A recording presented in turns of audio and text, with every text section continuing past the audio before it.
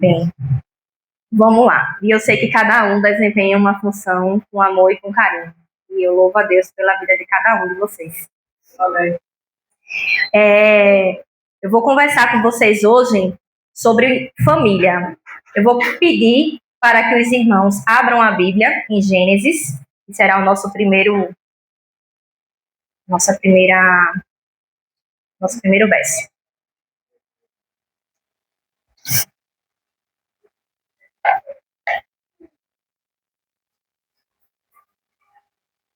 Gênesis, coloquem aí no capítulo 1, mesmo no comecinho. Capítulo 1.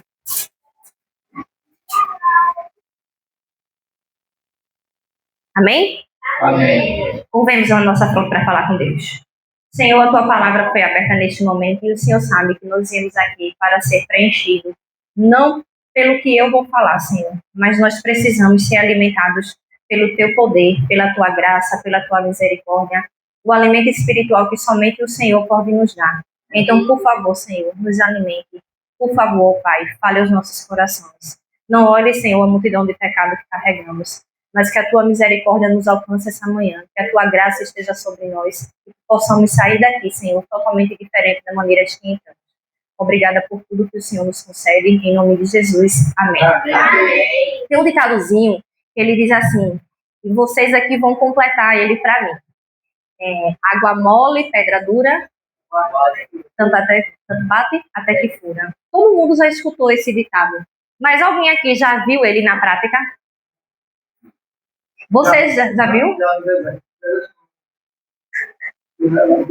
Nas goteiras, né? No gesso. Fica batendo ali, mas você viu o resultado. Mas você acompanhou o processo? Eu acho que ninguém acompanhou o processo de ver a gotinha batendo ali, batendo, e ela vai minando, e daqui a pouco tem um buraquinho. Tem um filósofo, o nome dele é Confúcio, e ele é muito antigo, ele é mais antigo do que Jesus. E ele estava escrevendo para o seu mestre, e ele disse o seguinte, que quando você vai para uma batalha e quando você quer desestruturar algo, você tem que fazer pelo lado certo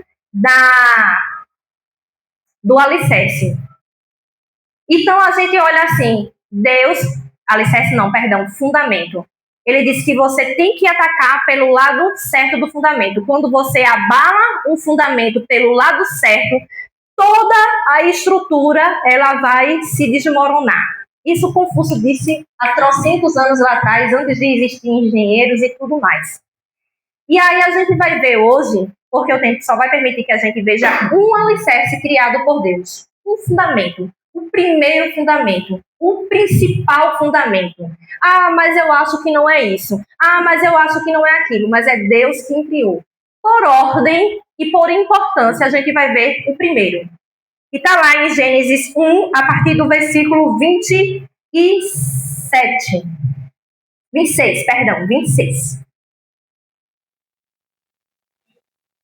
Diz assim, também disse Deus, façamos o homem à nossa imagem, conforme a nossa semelhança. E aí ele vai dar o domínio sobre todas as coisas. Pule para o verso 27 e diz, criou Deus, pois, o homem à sua imagem. A imagem de Deus o criou. Ele criou quem? Homem e o quê? E mulher. A imagem de Deus, ela não é feita só pelo homem. A imagem de Deus, ela é feita pela junção. Homem e mulher. O homem sozinho não vai ser a imagem de Deus. A mulher sozinha não vai ser a imagem de Deus. Mas a palavra diz que homem e mulher os criou. E aí nós temos a perfeita imagem de Deus. Essa é a primeira e a mais importante instituição criada em todos os tempos. Sempre foi e sempre será até a eternidade. A família. Aqui está como surgiu a família. homem e mulher. E isso é muito interessante, porque quando esse tema que eu trouxe para vocês, ele é o meu TCC de teologia, meu artigo científico de teologia, da conclusão de teologia, do meu curso de teologia. E quando eu fui começar a escrever ele, quando eu fui começar a redigir ele, eu fui fazer um estudo sobre as famílias, um estudo sociológico sobre as famílias. E aí nós temos que lá no início, lá no comecinho de tudo, sociologicamente e antropologicamente falando, no comecinho de tudo, nós tínhamos uma coisa chamada família poligâmica matriarcal. O que é isso? É uma família onde as mulheres, elas têm o centro principal e ela é poligâmica, ou seja, as mulheres naquele tempo, elas tinham diversos maridos, diversos homens, diversos esposos, e ela era o centro da sua família. Vem-se uma linha histórica e aí nós passamos para os clãs, os genes, as tribos, e aí começa o império, os reinos, e aí nós chegamos na que nós hoje temos, que é a mais longínqua, que é a mais demorada no espaço do tempo, que é a família monogâmica, ou seja, uma pessoa, um casal, que é baseada no pai. Então, patriarcal. Hoje nós temos a plenitude da família monogâmica patriarcal. E aí a gente vê que tem um outro filósofo chamado Émile Durkheim. Émile Durkheim, ele vai falar de duas associações. A primeira ele vai chamar de família, que é aquela onde vai criar em Marcos aquilo que Marcos precisa para que ele possa se desenvolver lá fora na sociedade. Mas isso é a primeira. A primeira. Isso é o que ele vai chamar de primeira associação. O que ele vai chamar de segunda associação entra a igreja. E essa segunda associação entra a igreja, entra a escola, entra grupos de amigos, entra, se fossem hoje em dia, grupos de redes sociais, WhatsApp, Instagram e por aí vai. Essas outras, elas também vão exercer influência. Quando Deus ele criou o homem e a mulher e ele disse, pronto, acabou aí, tá tudo certo. Foi assim que Deus fez? Ele disse o quê? Sede fecundos, multiplicai. E essa multiplicação, como é que nós chamamos o nome dessa multiplicação? Filhos. Aristóteles ele vai dizer que a família ela é formada por um homem, uma mulher e seus filhos. Isso é família para Aristóteles lá atrás. Hoje em dia nós temos uma diversidade, quando você começa a estudar a família, nós temos uma diversidade muito grande para você nomear o que é família. Porque hoje existem famílias de todo tipo. Existem famílias que são monoparentais, aquela que só tem o pai ou a mãe, e tem aquela que é mais conhecida também hoje em dia, que é as famílias as famílias homoafetivas, que elas sofrem muito homofobias, que é aquelas pessoas que são do mesmo sexo e podem ou não ter filhos.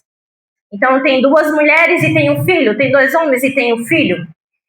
E aí a gente vê que o primeiro pilar, a primeira instituição que Deus ele criou, quando eu trouxe para vocês o primeiro dito popular, que água mole, pedra dura, tanto bate até que fura, a gente vê que hoje a nossa família ela já não tem as mesmas características que tinha lá atrás.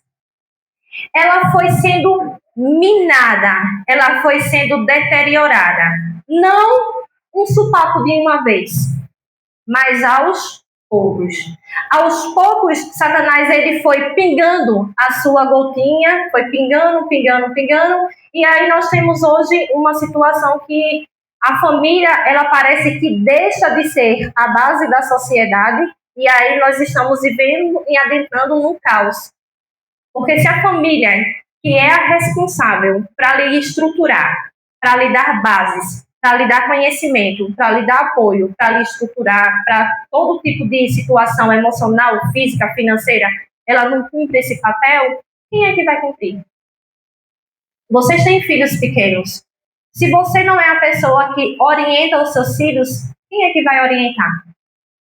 Porque um espaço vazio, ele abre brecha para que outro ser ou outra coisa possa ser preenchido.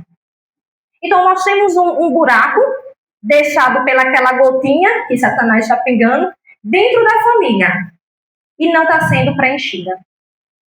E aí nós entramos aonde eu queria estudar com vocês hoje. O filho pródigo. Abram aí a Bíblia em Lucas. Lucas, capítulo 15.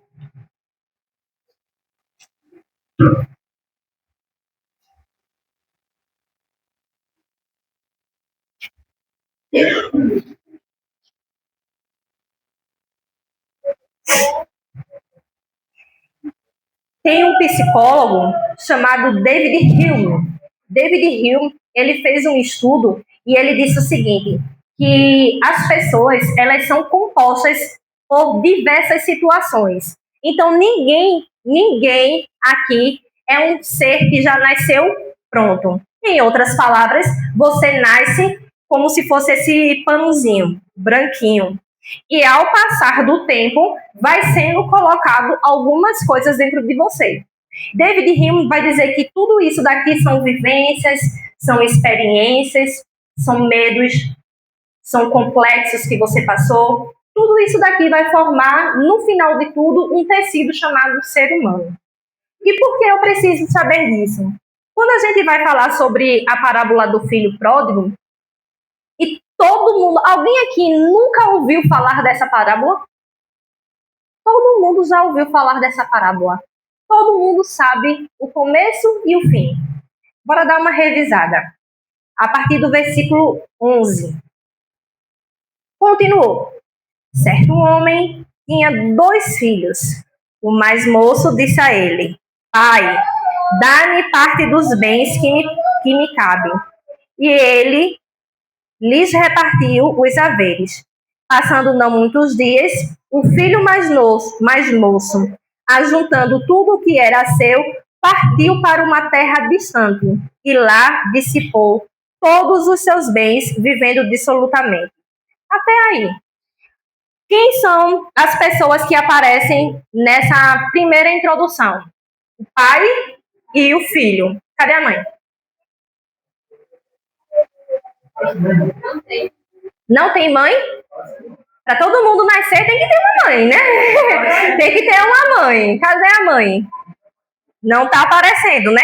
Aqui. Mas vocês concordam comigo que tem uma mãe? Tem uma família.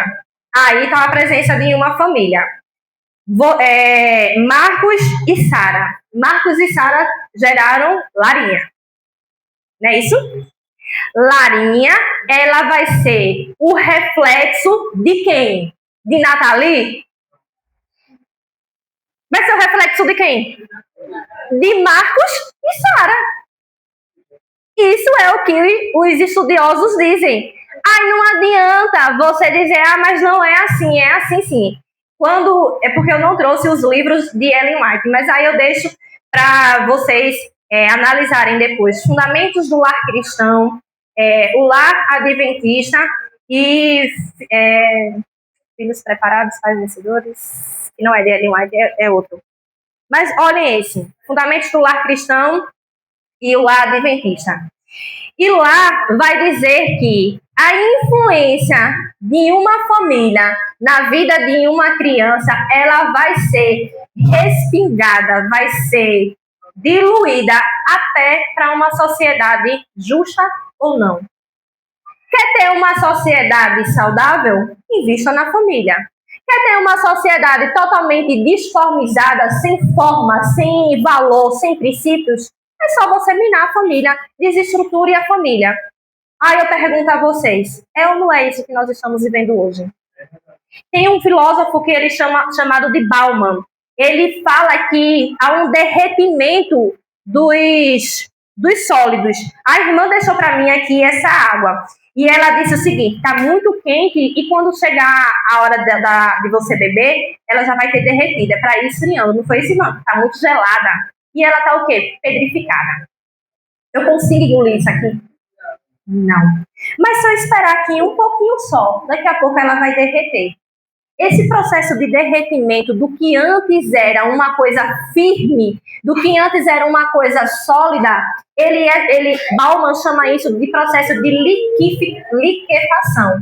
Ele vai ficando sem forma. Isso aqui antes tinha uma forma de uma garrafa, esse gelo que está aqui, porque ele estava dentro de uma garrafa. Mas a partir do momento em que essa água aqui começar a descongelar e ela passar do seu estado sólido para o seu estado líquido, qualquer forma ela vai assumir. Basta eu colocar ela dentro de qualquer coisa. Ela assume a forma que eu quiser que ela assuma. Assim são os nossos filhos. Esse é o papel da sociedade. Isso era que era sólido e foi derretido. Isso é o abatimento do primeiro fundamento que Deus deu. Aqui você não vem nem sequer ouvir falar a figura de uma mãe. Então a gente não pode dispor nenhuma situação a respeito dela, porque nem aqui ela é mencionada. Mas de certeza existe uma mãe, apesar disso ser uma parábola, existe uma mãe para que um filho ele pudesse ser gerado. E aí, quando a gente começa a falar do filho pródigo, todo mundo começa a dizer o que dele? Cara mais ingrato. Tinha tudo que tinha. Tudo que ele queria tinha. Será que talvez ele teve aquela atitude que estava presente? Pois é, ninguém sabe. A parábola não deixa vestígios sobre isso. Ellen White também não, também pesquisei. Poderia. A ausência de uma mãe no... Aí são outros assuntos, mas a ausência materna, a mãe, em outras palavras, a mãe, ela vai ser aquela pessoa que ela vai lhe dar a doçura, ela vai lhe dar o amor, ela vai lhe dar a admoestação necessária, mas o pai, cabe ao pai lhe dizer quem você vai ser lá fora, em outras palavras. Então, tudo que a inteligência, a aprendice para fazer algumas coisinhas, essas situações assim, é mais pro lado da mãe. Mas o seu caráter, literalmente, a força do seu caráter vai ser pela figura paterna, que hoje em dia pode ser homem ou pode ser mulher. Mas vai ser aquela pessoa que vai desempenhar essa função, vai ser a figura paterna. É que vai moldar literalmente o seu caráter, vai ser o que você vai ser lá na sociedade. E aí poderia ser um outro tema de família que eu poderia trazer aqui, mas Deus já tinha dito isso lá atrás, mas tudo bem. Vamos voltar para o filho pródigo. O filho pródigo, a gente quando começa a ler ele, todo mundo diz assim, que cara mais ingrato, que menino mais snob, tinha tudo que tinha. Tinha comida, tinha casa, roupa lavada, tinha tudo o que precisava, tudo. E o camarada vai lá e pede a herança do pai, que ainda está vivo, e vai embora e abandona todo mundo. Vocês avaliando o caráter desse menino, vocês olhando assim, vocês diriam que ele é uma pessoa legal? Não. Por que não? A rebeldia dele está em primeiro lugar. A rebeldia dele?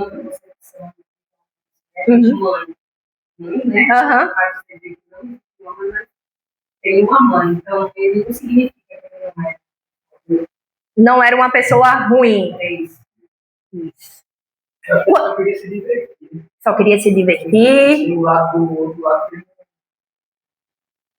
E pasme, minha gente, quando todo mundo vai falar sobre o filho pródigo, todo mundo crucifica-o.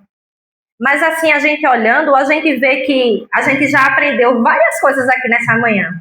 Primeiro, que o seu filho é resultado de quem? Dos pais. É resultado dos pais. Esse filho pródigo, ele teve essa atitude, e a gente vai ver daqui a pouco uma das possíveis causas, mas ele é resultado do que o pai e do que a mãe ensinaram para ele, os valores aprendidos dentro de uma sociedade patriarcal. Então, era o pai que exigia, que forjou o caráter desse menino. Aí, vamos lá. O menino vai e diz assim, eu quero a minha herança, me dê o que é meu, que eu vou me embora. E aí, esse menino, continuando aí a leitura, no versículo 14, diz assim, depois de ter consumido tudo que tinha, ele foi e teve fome. Ficou num país que tinha grande fome. E ele começou a passar o quê? Necessidade. A família, ela, enquanto ele estava na casa do pai dele, vocês acham que ele passou fome alguma vez? O pai era rico. Tinha tudo o que... Exatamente, tinha tudo, ele não passava fome. Aí agora ele vai para a primeira realidade, o primeiro choque de realidade. Cadê a minha família? Estou com fome. Cadê manhinha para fazer o meu pão? Cadê o meu pai para me sustentar? Agora tem que ser eu. O primeiro choque de realidade, quando ele passou por necessidade. Enquanto esse filho pródigo, ele estava na casa do pai, ele aprendeu a sobreviver? Porque a gente pode dizer que não. Porque quando chegou lá fora, ele não conseguiu tirar isso. Isso.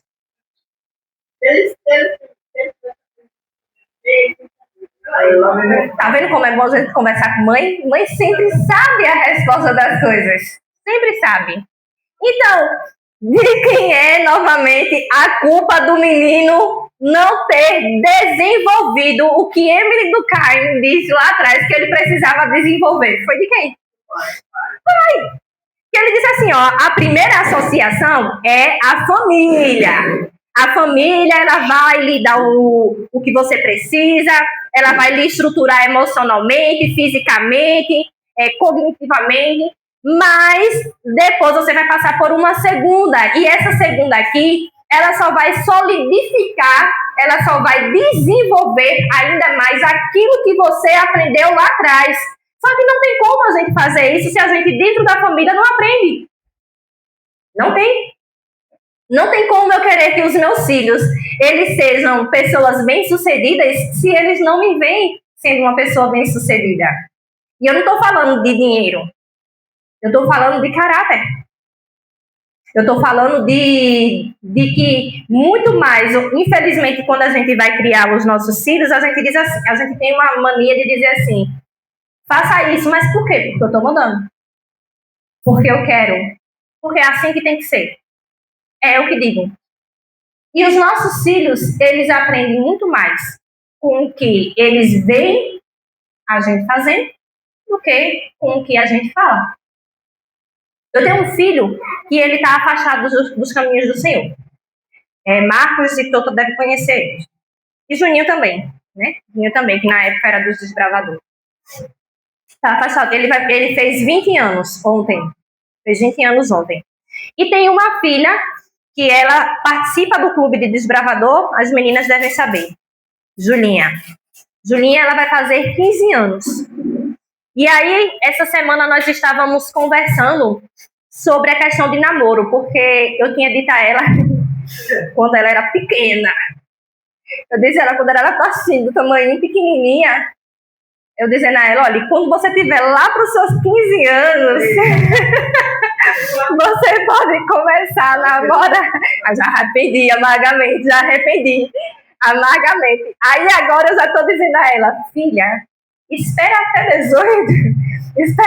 18 anos.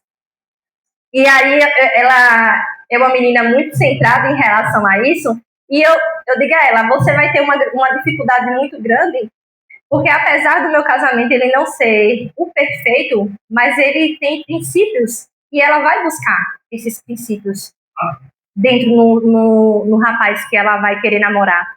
Então, se um menino que ela esteja paquerando já faz alguma coisa que ela não gosta, que ela olha assim, já olhou para alguma menina, já teve alguma fala, ela já não quer mais. Ela já não quer. E eu digo a ela, você tem que procurar dentro da casa de Deus. Em primeiro lugar, dentro da casa de Deus. E segundo, você tem que olhar para os meninos que gostam de você agora. Porque lá na frente, quando você estiver desenvolvida, quando você estiver com seu emprego, quando você estiver bem estabilizada, qualquer um vai querer. Qualquer um. Mas você tem que dar valor a quem gosta de você desde o começo. Desde sempre. E aí a gente está nessa luta. Se eu, como mãe, eu não passo isso para minha filha, A minha filha, ela vai entrar no ensino médio. No ensino médio, todo mundo aqui já foi adolescente, sabe muito bem como é que é o ensino médio. O primeiro rapazinho que chegar lá, chavecando, falando loroda no ouvido dela, ela cai. Então eu tenho que blindar ela antes. Eu tenho que dar essa orientação agora, dentro de casa. Eu não posso querer que ela tenha uma postura que antes eu não fui adequada para ela. Então, para que eu diga, quando eu falo para ela, Julinha, você me vê fazendo isso? Quando ela vai usar roupa curta, eu digo, você me vê usando isso? Você me vê usando esse tipo de situação? Você me vê falando dessa forma? Porque quem é responsável? Sou eu e sou meu marido. O problema é que nós queremos ter filho, mas a gente não quer assumir a responsabilidade de criar. E dá trabalho criar. Dá trabalho. O meu filho, ele tem 20 anos. 20 anos. E, feito eu disse a vocês, ele está afastado da igreja. Mas eu não troco o caráter do meu filho pelo de muitas pessoas que colocam a Bíblia debaixo do braço. Eu não troco. Não troco. O meu filho, quem já conversou com ele, sabe que ele é uma pessoa inteligentíssima. Inteligentíssima. Está fora da igreja. Mas o caráter foi formado. Quando a gente vê que o filho pródigo, ele toma essa atitude, tem duas situações psicologicamente falando. E eu vou só tratar uma com vocês. Ele quer a busca de uma liberdade e uma identidade. Algo novo. É o que Marcos disse. Ele quer se divertir. Mas ele não foi criado nele o senso de responsabilidade, de dever, o que ele precisa fazer. E aí, quanto mais longe esse filho pródigo, porque vejam bem, se você está dentro de uma casa que tem tudo, qual seria o motivo de fazer você sair dela? É porque você não está satisfeito com o que está acontecendo lá dentro. É porque você está em busca da sua autonomia, você está em busca da sua identidade. E a busca por essa identidade foi que levou esse menino a sair da casa dos pais. E ele foi para um lugar bem longe. Por que bem longe? Porque quanto mais longe você está da vista dos seus pais, você pode fazer o que você quiser. E não vai ter ninguém para estar ali olhando. Não vai ter ninguém para estar dizendo isso está errado. Isso não era para você fazer. E ele vai para bem longe. E o ápice da parábola, sociologicamente e psicologicamente falando, acontece no versículo 17.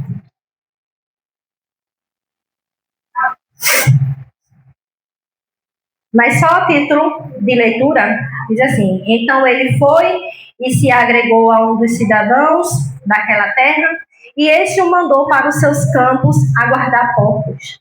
Ali, todo 16. Ali desejava ele fartar-se das alfarrobas que os porcos comiam, mas ninguém lhe dava nada. E é esse momento aí que no original é isso aqui, ó. A palavra que traduz é isso aqui, ó. Um estrago. É um start. Quando diz assim, e caindo em si. Caindo em si. É isso aqui, ó. É quando você está ali, no fundo do poço, que você nem percebe que você foi tão longe, que você está tão distante da casa dos seus pais, em busca de uma possível liberdade, de uma possível autonomia e busca de identidade, que você faz assim, ó. Caramba, o que eu estou fazendo aqui? E aí o filho começa a pensar, na casa do meu pai, eu tinha isso, eu tinha aquilo, eu não passava necessidade. E aí ele retorna para a casa do pai. Quando ele retorna para a casa do pai, o pai ele vai assumir duas funções. Mas antes da gente falar dessas duas funções, vocês vão me dizer, é fácil a gente reconhecer que errou? Esse filho, para ter tomado essa decisão de ter voltado para casa, custou a ele. Custou. lembrou dos empregados, ele precisou refletir, ele precisou fazer uma autoanálise das coisas que ele tinha feito, das coisas que o levaram a fazer com que ele saísse de casa. Ele teve que pegar todos os argumentos que ele tinha utilizado dentro dele, porque tudo começa aqui dentro da cabeça. Colocar eles em uma balança e dizer assim, caramba, lá, apesar disso tudo, apesar da minha família ser disfuncional, apesar da minha família, do meu pai ser, não sei, grosso, do meu pai ser isso, mas ali era a minha família, era o meu porto seguro. Ainda assim, era melhor estar lá do que eu estou aqui hoje, do que eu estou vivendo aqui hoje. E para que esse filho, ele retornasse, e ele pudesse fazer o caminho de volta, imagine você. E aí a gente vai fazer uma analogia à casa de Deus. Eu não sei se já passou com vocês uma situação de que você já esteve tão longe, que você já esteve em uma situação de pecado, de querer se afastar ao máximo da presença do Senhor, de não querer contato com Deus, porque você estava em busca de uma possível felicidade, de uma possível liberdade, de uma possível escolha, de um prazer momentâneo. E aí, quando você se tocou no erro que você tinha feito, você começou a analisar. É fácil a gente voltar? Não é. Não foi fácil para o filho pródigo voltar e não é fácil para a gente voltar. Porque a gente se sente... A primeira coisa que a gente sente é o quê? Vergonha. O que cara eu vou olhar? E às vezes a gente peca de uma maneira assim, tão dissolutamente, feito filho pródigo, tão dissoluto, que a gente não tem coragem nem de levantar os nossos olhos para orar diante de Deus. Porque a gente está totalmente sujo e imerecido da sua graça. E quanto mais aquelas pessoas, agora imagine as pessoas que estão fora da igreja. Fora da igreja. Estão vivendo dissolutamente os seus prazeres, estão vivendo dissolutamente a sua liberdade, estão vivendo da maneira que elas querem. Aí chega em um determinado momento em que ela tem um estalo. Aí vocês acham que é fácil ela voltar para cá? Não é. Não é. E aí a gente vai estudar agora as duas formas, as duas funções que o pai teve.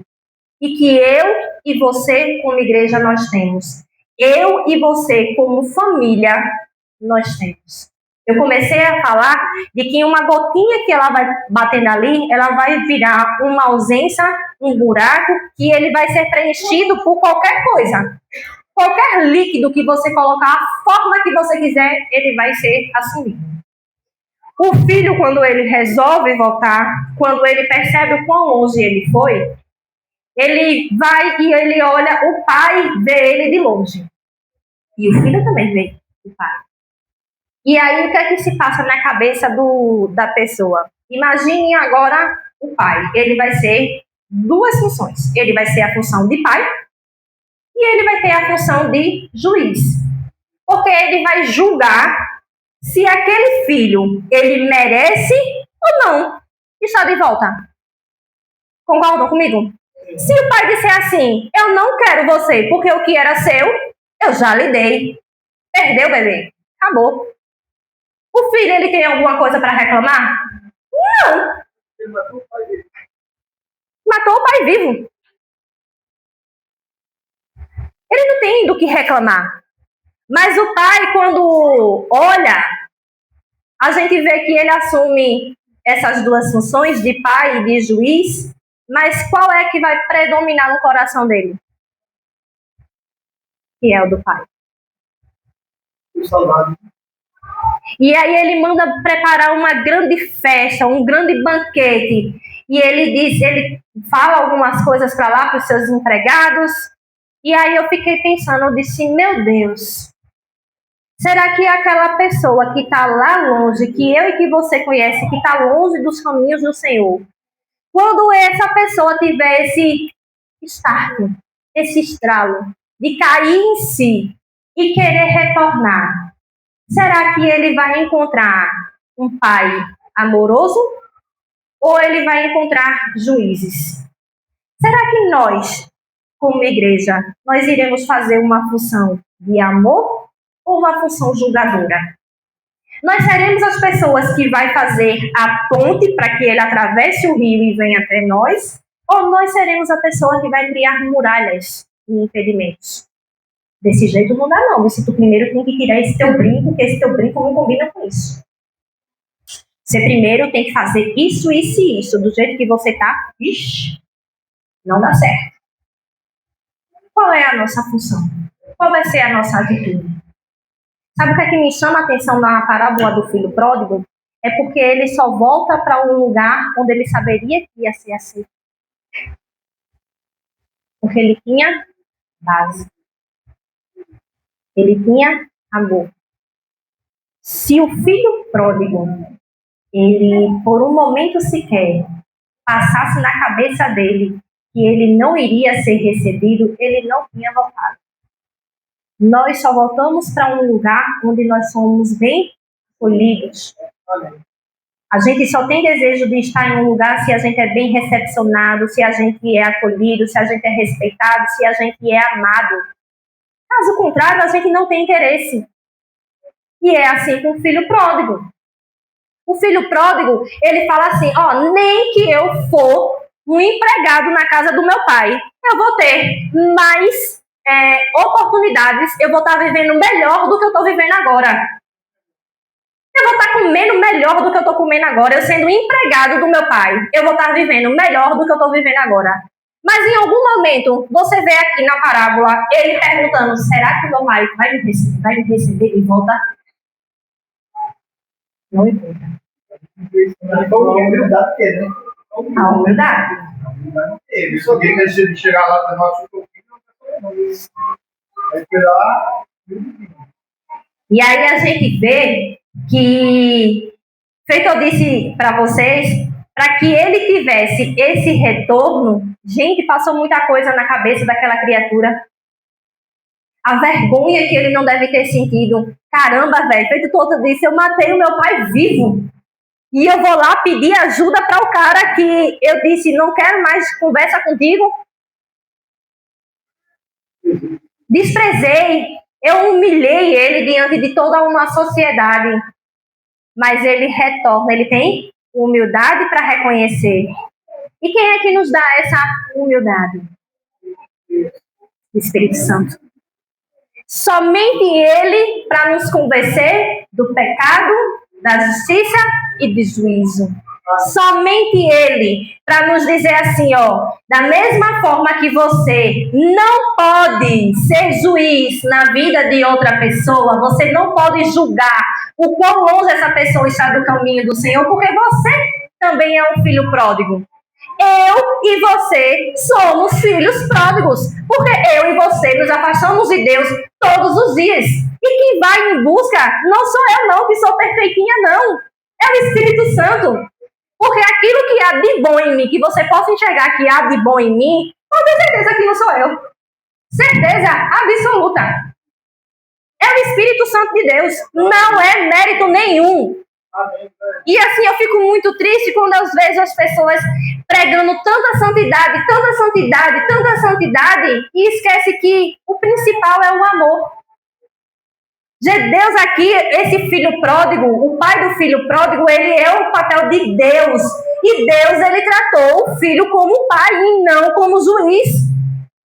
E é exemplar essa última fala dele, que ele diz assim, no verso 32. Ele diz assim, era preciso que nos regozijássemos, ou seja, era preciso que a gente ficasse feliz, explodindo de alegria, fizesse uma festa, uma coisa que fosse assim, sabe, surreal. Porque esse teu irmão estava o quê? Morto. E ele ainda diz o quê? Estava perdido. Meus amigos, quando você está morto e você está perdido, alguém aqui já teve Como é que eu posso explicar? Quando você dorme, você tem certeza que você não ronca? Por quê? Você não tá vendo nada. Não tá vendo nada, você não sabe que tá roncando porque você tá ali, ó, dormindo. E a morte é muito parecida com isso porque você não tem percepção nenhuma. A Bíblia diz que ninguém sabe, o morto não sabe o que está acontecendo. Porque ele dorme no pó. Acabou. Tá morto, não sabe. E o perdido? Eu não sei se já aconteceu com vocês, mas o perdido, ele é o último a saber que está perdido. Ele geralmente começa a rodar em círculos, entra em um lugar, entra em outro, aí quando ele se convence, ele diz, estou perdido. Anestesiado. Não enxerga que está ali. Agora imagine alguém que, além de estar perdido, está morto. Quem está perdido geralmente nem sabe que está perdido. E quem está morto espiritualmente não sente mais nada. E aí eu vou deixar as 2 últimas lições para vocês sobre o filho pródigo. Apenas o Espírito Santo é quem pode trazer os nossos filhos de volta para casa. Os nossos que estão lá fora. E quando eu falo os nossos filhos, eu não estou falando do meu filho. Eu estou falando daquilo que é nossa responsabilidade como igreja. Amém. Aqueles que estão lá fora, que eu aponto o dedo, que eu me acho melhor do que eles, porque eu estou com a Bíblia debaixo do braço.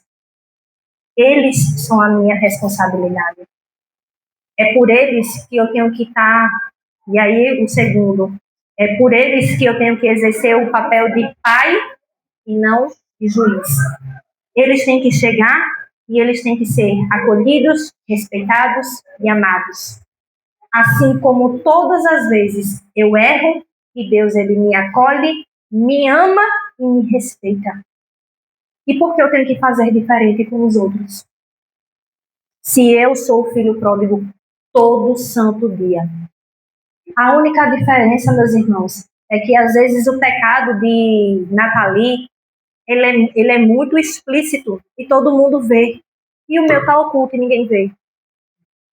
É só essa a diferença. Para Deus não existe pecado, pecadinho, nem pecadão. Tudo pecado. Somos todos imerecedores de uma graça que nos foi ofertada. Mas diante dessa graça que nos foi ofertada, diante desse perdão que todos os dias Deus nos dá, vamos estender aos nossos que estão fora da igreja. Amém. Vamos acolher, vamos amá-los e vamos respeitá-los. E quando a gente fala de família, esse filho ele só voltou porque ele sabia que ia ser recepcionado com amor, mesmo que fosse como empregado, mas ele iria ser respeitado, ele iria ser acolhido, ele iria ser amado. Que os nossos filhos, que a gente possa colocar nos nossos filhos os valores suficientes para que mesmo quando ele estiver grande, adultos de barbinha branca, eles jamais possam esquecer os princípios que nós colocamos na vida dele. Isso é a nossa responsabilidade. E quando eu falo em filhos, novamente, eu não estou falando só dos nossos filhos biológicos. Eu falo de cada um deles, que são nossos filhos. Amém. Nós, como líderes da igreja, nós, como pessoas adultas, temos essa função de amar, de respeitar e de educar, de exortar quando necessário. Mas também de ser a mão estendida que vai sempre levantar. Mas de novo. Mas de novo, errou de novo pela milésima vez. Eu espero que os irmãos tenham entendido e a gente vai cantar novamente o mesmo hino que a gente cantou, que fala sobre volta. E esse hino, ele fala muito ao meu coração, porque quando a gente é criança, a gente acredita com tanta facilidade nas coisas.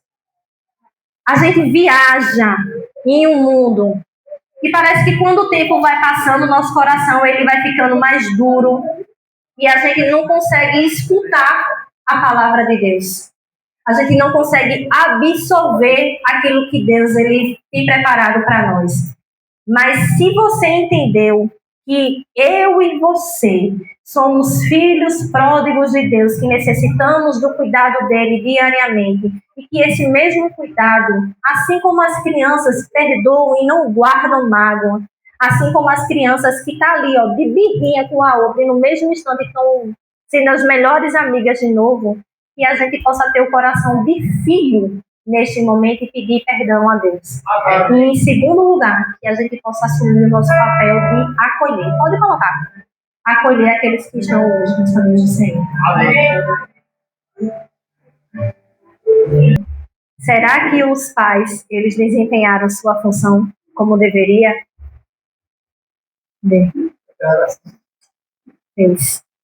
Fez porque o final é o seu retorno.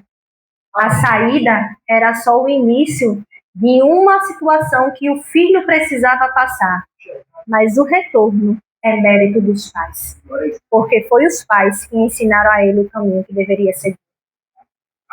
Oremos. Grandioso Deus, nós te agradecemos, ó Pai, porque se nós retornamos para esta casa, se nós retornamos, Senhor, para os teus braços, não é porque há mérito algum em nós, não é, Senhor. É porque o Senhor nos educou, o Senhor nos resgatou e o Senhor está sempre disposto a estender a tua mão, a nos dar o teu perdão e a nos receber de braços abertos. Amém, glória a Deus. Muito obrigada, Senhor, porque nós não merecemos tanto amor. Muito obrigada, Senhor, porque o Senhor está sempre disposto a nos perdoar, está sempre disposto a nos dar a tua graça. Por favor, Deus, nos acolhe mais uma vez.